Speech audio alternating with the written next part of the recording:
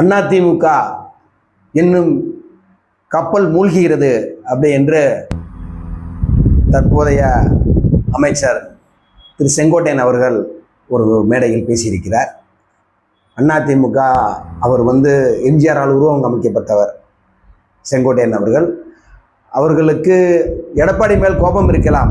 ஆனால் அதிமுக மேல் கோபம் இருப்பது எந்த விதத்தில் நியாயமாகும் என்பது அவர் உள்மனதிற்கு தெரியும். அவர் தூங்கும்போது கூட அந்த தலையணை பதில் சொல்லும். அந்த மாதிரி தான் அவர் அரசியல் வளர்ச்சி அவருக்கு இருந்தது.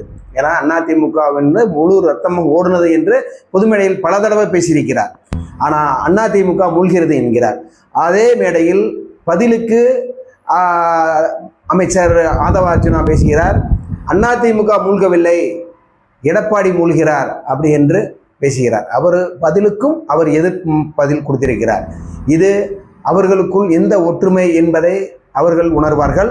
அது போக அதிமுக என்பது அழிப்பது என்பது அது மக்கள் கையில் தான் இருக்கிறது. யாரும் தவறாக பேசுவதனால் ஒன்றும் அழிய போகிறது என்று ஒன்று கிடையாது. ஏன்னா இது காலத்தின் சூழ்நிலை எப்படி இருக்கிறது என்று கேட்டால், ஓடம் ஒரு நாள் வண்டியில் ஏறும், வண்டியும் ஒரு நாள் ஓடத்தில் ஏறும். யாரும் யாரையும் தாழ்வாக பேசக்கூடாது என்பதை எல்லோரும் உணர வேண்டும். இன்று அமைச்சரானவர் நாள் தனி மனிதனாகத்தான் இருக்கிறார்கள். திமுகவில் அமைச்சராக பலம் வந்தவர்கள் நாங்கள் தான் என்று சொன்னவர்கள் எல்லாம் இப்போது தனிமையில் இருக்கிறார்கள். அந்த காலம் வெகு தூரம் இல்லை, யாருக்கும் வரத்தான் செய்யும். ஆகையால் யாரையும் துன்புறுத்துவதாகவோ எந்த கட்சியும் அவதூறாக பேசுவதால் என்றும் ஆக போறதில்லை. மக்கள் ஒரு காலத்தில் 13 வருஷம் 15 வருஷம் என்று அந்த கட்சிக்கு மதிப்பளித்திருந்தார்கள். அதில் நீங்கள் அமைச்சராக இருந்திருக்கிறீர்கள். நீங்கள் மதிப்பை குறைத்து பேசுவதால் மக்கள் வெறுப்படைவார்கள், வேதனையடைவார்கள். உங்கள் உள்மனசுக்கு தவறாக தெரியும். ஆகையால் எந்த கட்சியும் மூழ்குவது கிடையாது.